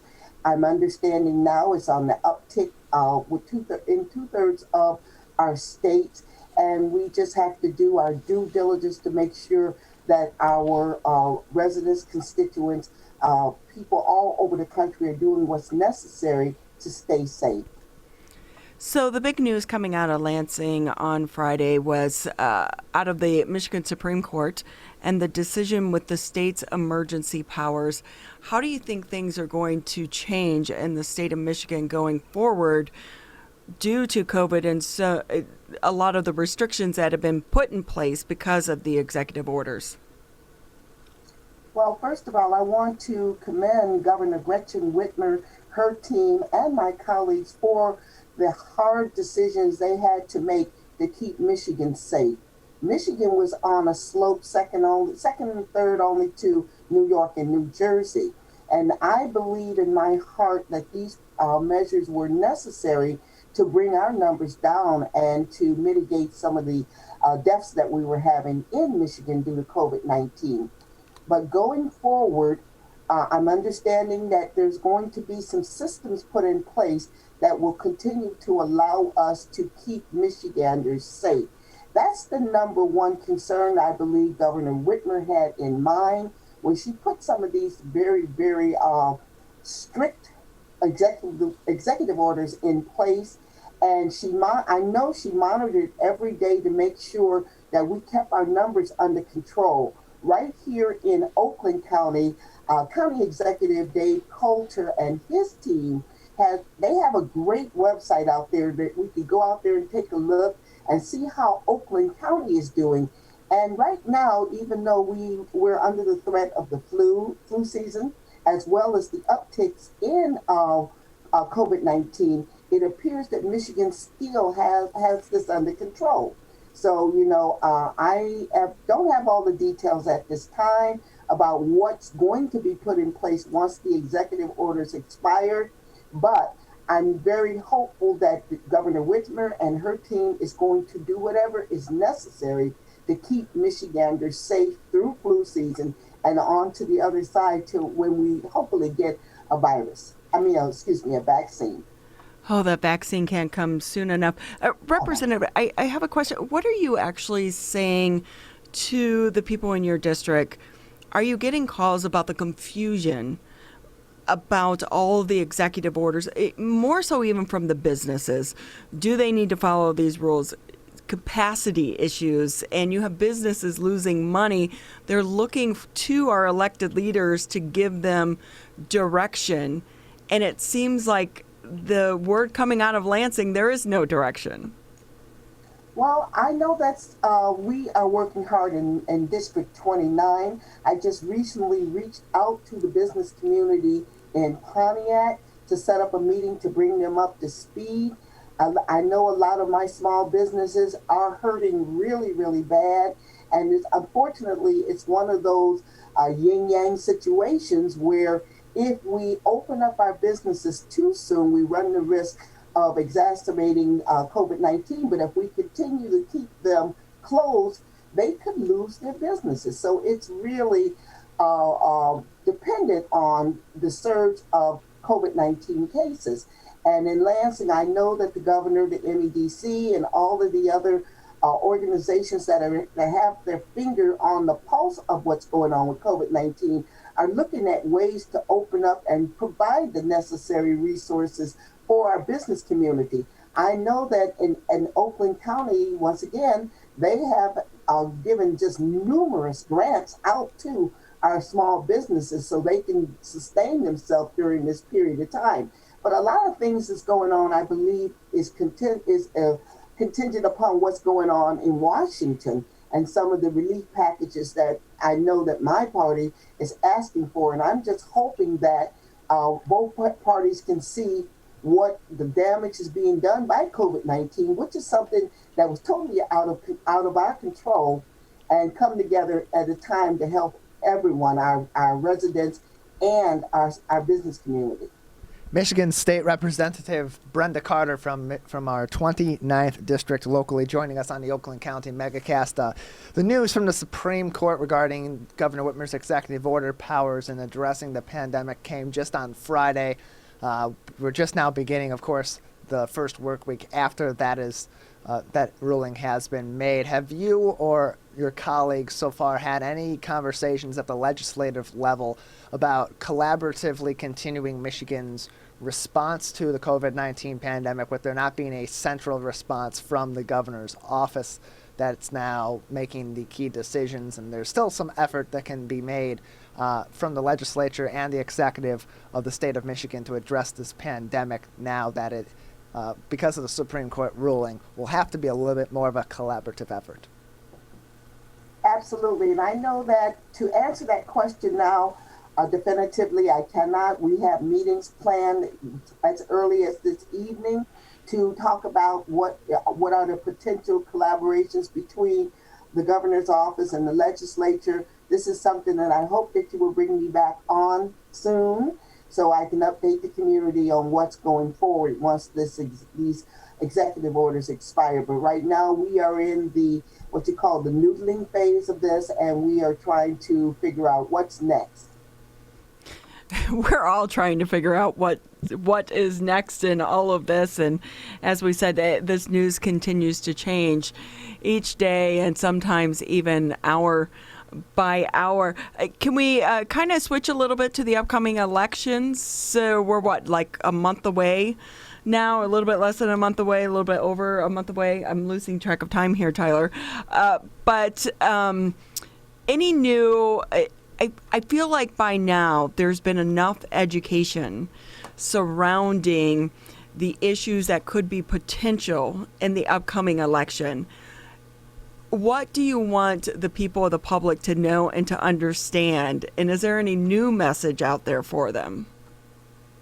Okay, the most important message I would like to get out to my district, as well as anyone that's in the listening audience, is to vote and vote early.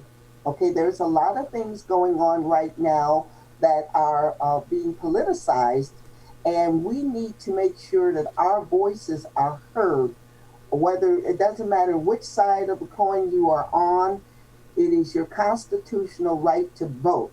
So I would like everybody to vote and vote early. Like you said, the issues have been explained over and over again. Unemployment is still an issue. COVID-19 is still an issue. As mentioned earlier, support for our small businesses is still an issue. So these are some of the things when we go to the ballot box that we need to keep in mind when we cast our vote. So the biggest thing that I would like to impress upon people is to vote and vote early. If you can, please take your ballot to your clerk. Auburn Hills, Kego Harbor, Sylvan Lake, Orchard Lake Village, and Pontiac. Please take your ballots to your clerk. If you have not received your ballot, please follow up on that. And you can do that also at michigan.gov/votes. So this is what I would like to communicate to anyone that's listening. I get a little bit worried. I was speaking to some 20-something-year-olds. What are they, Gen Z or X now? I can't even keep up with it. But they're a lot younger than you and I.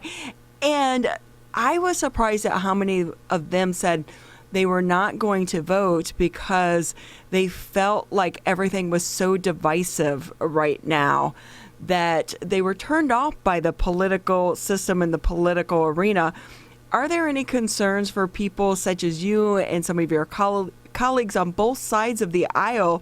You dedicated your life to being a voice for the community, but yet some members of our community are turned off by the fact that they feel like if you guys can't get along, what good is their vote? Well, I'm really glad you asked that question because earlier in the year, even before the pandemic, my team and I began to recognize that there was this disparity, millennials and Gen Zs, because they're not used to seeing this divisiveness. But what we decided to do was go right into their camp and say, hey, you guys, you are the future. One day this is going to be your world. So you need to become involved. And one of the things we did is started up a legislative boot camp. And this is filled with high school students and college students. And what we're doing is teaching them the governmental process, because in a lot of school districts, civics is not on the curriculum anymore. So we actually have about 10 what we call interns that we work with every single week. We invited them to sit with us and watch the presidential debate. And I hope I can get that recording for you, because some of the responses of the high school students was amazing. They had no idea this is the way our government works. And a lot of the solutions that they came up with inspired us, my generation, saying, yes, these young people are involved. Yes, they are concerned with what we're going to leave them. And yes, they want to be part of the political process once they understand how and why we do what we do. So I would encourage anybody out there that if you don't have a legislative boot camp, I can leave my information in the chat box. This is an ongoing program. Once we graduate this cohort we have right now, we will start right up again, and we will pretty much give them the opportunity to matriculate right into, if they want to come to Lansing and become a intern there or a staffer, or if they want to go to Washington. The key thing here is that once they understood how government works in this country, they was extremely interested. And hopefully they will go out and tell their colleagues in high school and college that this is something they want to be engaged in. Representative Brenda Carter from Michigan's 29th District joining us today on the Oakland County Megacast. Representative Carter, just another couple minutes left with you before we'll have to move on today. Any updates from District 29, any projects that are currently ongoing, or information that the constituents in the district should know at this point in time? Yes, one of the things I just mentioned was the mentoring program, which is really, really huge. Like I said, if anyone wants additional information about that program, they can write me at Brenda Carter at house.mi.gov. It's an ongoing program. We're also continuing our community service work. We're gearing up with the Oakland County Poverty and Homelessness Task Force. We're getting prepared for our winter season. So this feeding program that we do, we have clothing, we have a lot of things that we can help our community with. And this is for all 5 communities.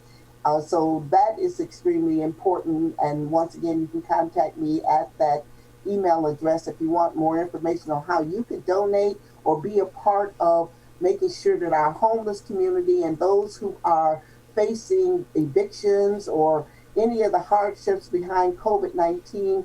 We have 5 task forces that are working in my district. I'd like to briefly mention all 5 of them.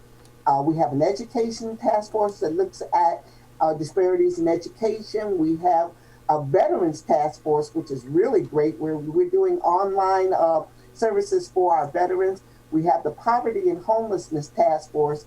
We have the maternal or minority health task force, which is huge with COVID-19 going on. And then finally, we have a criminal justice task force. All 5 of these units are working right now in District 229 to provide services. And I would like to also state that all of these task force are grassroots. These are coming from the community, dealing with these issues that we have in District 29. So if you're interested in being a part of any of these task forces, please email me, or you can call me at 517-373-0475. Okay, give me that number again. You said it so quickly.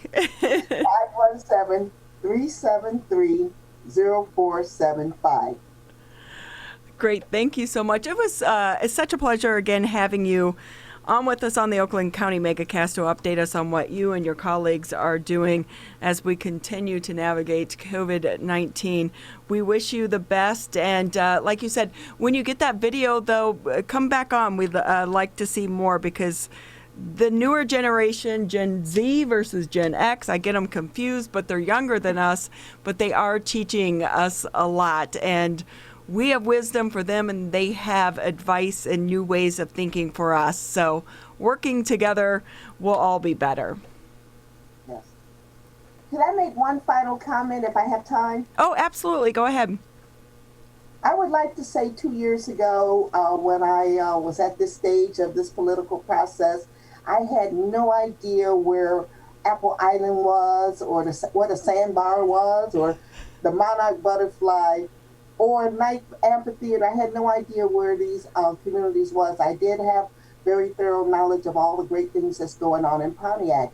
But I'd like to just say, for my district, what a wonderful experience, learning experience it's been for me. And I have to shout out to West Bloomfield as well, because a sliver of West Bloomfield is in District 29, just a sliver.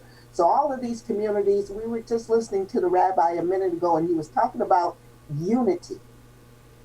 I think District 29 is a great example of unity, because now, 2 years later, I can actually answer all of those questions. And it's because of the great collaboration that I've seen across District 29, and I'm grateful for that.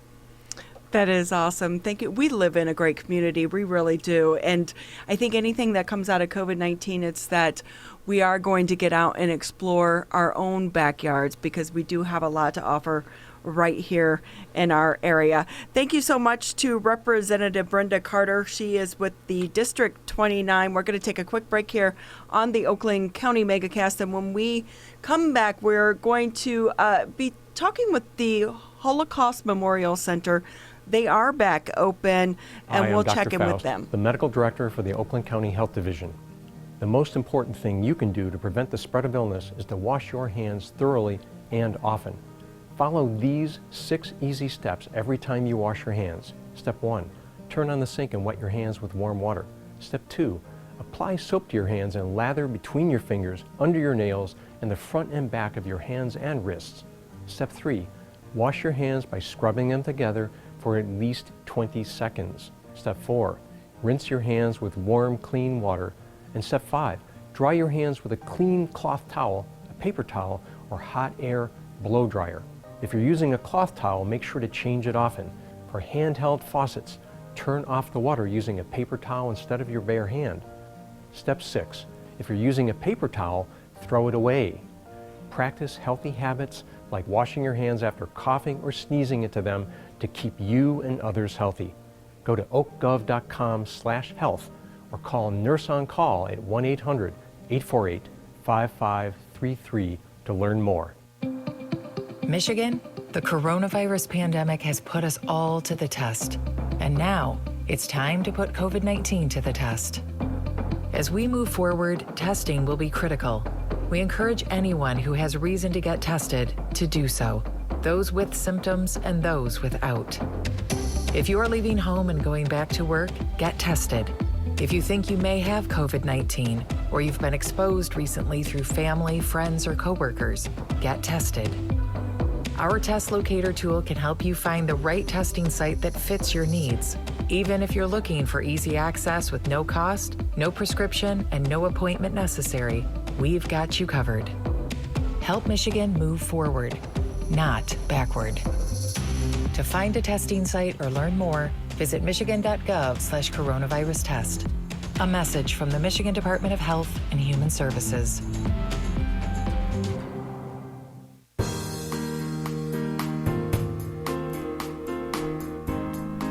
It's one of the darkest times within our nation's history, the Holocaust. More than 6 million Jews killed by the Nazis as the world sat back.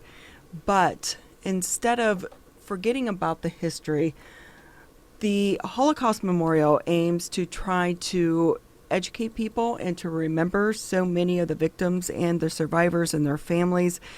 We're happy to have Ruth Bergman with us. She's the Director of Education at the Holocaust Memorial Center.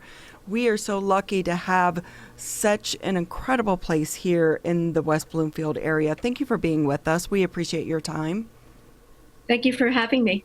I know it's been a really tough time for so many museums such as yours and centers. You're back open to the public now, but how does that look? So yes, we are back open. We've been open since the end of July.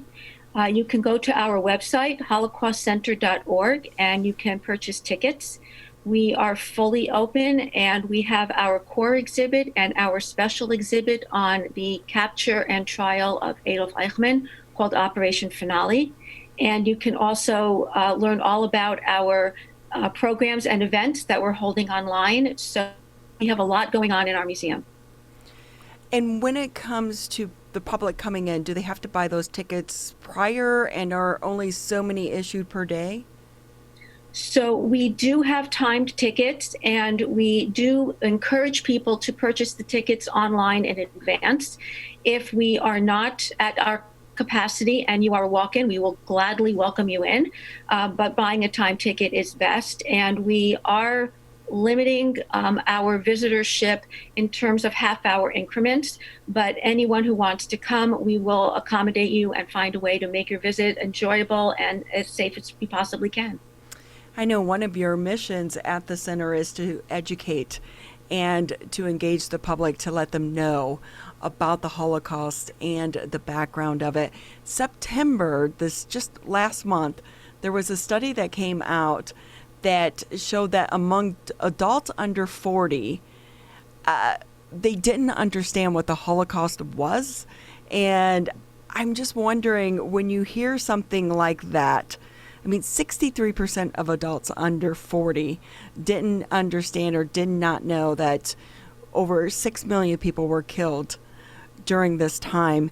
When you hear things like that, how upsetting is it to understand that the newer generation is not immersed in our history and the path that we need to go forward, and why it's so important to know these things? Well, in 2016, a mandate was passed in Michigan requiring Holocaust education between 8th grade and 12th grade. It'll be very interesting in a few years to see how those numbers will be changed. In other words, the numbers of these sorts of studies based on the education. But we have workshops where we teach teachers how to teach the Holocaust, and we teach teachers throughout the entire state of Michigan. We have 65,000 visitors a year who come to our museum, including over 35,000 school children. So we are doing everything in our power to engage and educate students and adults about the Holocaust. Joining us on the program today is Ruth Bergman. She is the Director of Education at the Holocaust Memorial Center in the local area here with us today on the program. And Ruth, with the times that we're in right now, not necessarily as severe of oppression is happening around the world as we saw during the Holocaust in Germany and in other German nations at that time, particularly to people of Jewish descent. But there are still these atrocities that are going on throughout the world. For example, what continues to happen to people of Armenian descent in Europe as well. How important is it, with the context of what's going on right now, for people to learn about the Holocaust, to better understand these world issues that are similar, albeit maybe not on as large of a scale as what happened in Germany? Well, that's a really great question. It's vitally important to understand the Holocaust. The Holocaust was unprecedented, and unfortunately it served as a blueprint for a lot of what we see going on in other countries today. The lessons that we learn, the idea that people make choices, that people need to stand up and speak out when they see something in their society that bothers them, the idea of helping others and seeing the humanity of people, even people who are different from you, people whose ideas you don't even understand.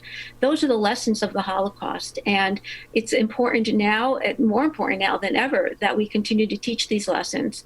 And when you come to our museum, you can learn all about them. And we will, we just keep teaching this lesson every day. And with that lesson comes the opening of our hearts to understand, as you just mentioned, people from different backgrounds, different faiths, so that we can all become one. I wonder, so many museums and nonprofits have suffered so greatly during COVID-19 because when your doors are closed, it's been hard to get out your message and to do fundraising. Have you all turned to virtual to try to compensate for some of that? Well, we do have many programs now and events that are online, and we invite you to go to our website. Again, that's holocaustcenter.org, where you can learn all about our online programming and sign up for our events. And we are slowly putting various parts of our exhibit online as well. So those people who can't visit or who want to get a little preview before they visit can do so. But we are always teaching about the Holocaust, whether we do so virtually or in person. For those who have never been to the center, what is the one exhibit or the one area that you really want them to see? Because I know time is a limit now, and crowds, people don't want to be in crowds. So if we go to the center for the very first time and I only have so much time, which exhibit should I see?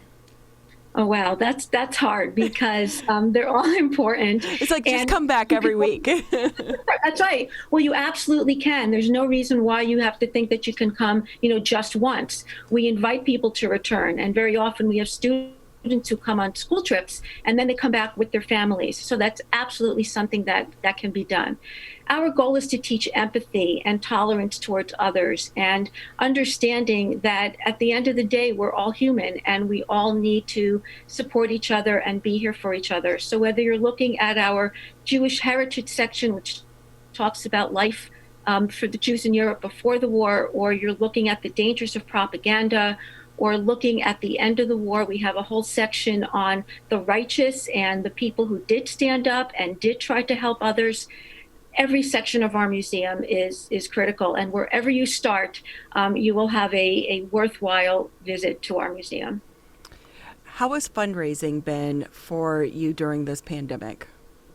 Well, we always need people's support. So whether it's support through coming to our museum and purchasing tickets, or becoming a member, or supporting us in any way that you can, we need, to continue to teach our lessons. Obviously, fundraising is important, and the support of the community and visiting us is really, really important. Joining us today on the Oakland County Megacast is Ruth Bergman. She is the Director of Education at the Holocaust Memorial Center. Ruth, before we let you go here in a couple of minutes, just curious, for those that maybe aren't comfortable coming back to the physical museum, are there virtual learning experiences that are available currently through the Holocaust Memorial Center? We do have some virtual experiences. We certainly have our events, and all of our programming are now online, and we have some great events that are coming up. We have various pieces of our special exhibit on the capture and trial of Adolf Eichmann that are online right now. And there are, if you just go and explore our website, you will see all the different things that you're able to learn about online. I understand you have a gala coming up. Can you give us some information on that? Well, it is our 36th annual benefit, and it is going to be on Sunday, November 15th, and you can learn more about that on the website as well. And again, it is a wonderful way to support our museum and learn about who we are and all the wonderful things that we do. I have to wonder, how do you plan a gala in the middle of a pandemic? Well, it's going to be a virtual gala.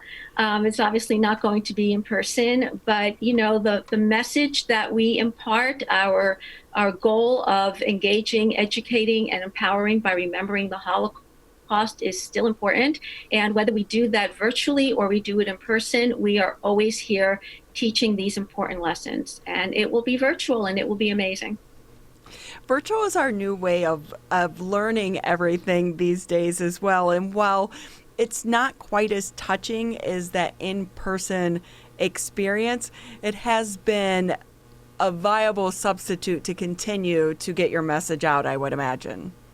Absolutely. And we have taken all of our in-person teacher workshops and we have put them online. And we have been working with teachers the way we worked with them in person. It's just a little bit different, but our goals, our objectives are the same, and we make it work. Quickly, before we let you go, we try to ask everyone, what's the one positive do you think came out of this pandemic for you and your organization?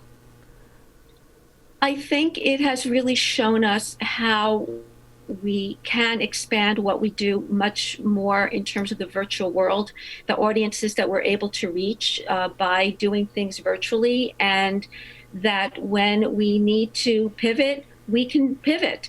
But, we all have to be witnesses to the Holocaust and remember, especially as our survivors are aging. And that mission is what drives us. So whether it means changing to do things more virtually, then we do that. But we absolutely want to continue our mission, whether we do it online or we do it in person or any other way that we can reach our audiences.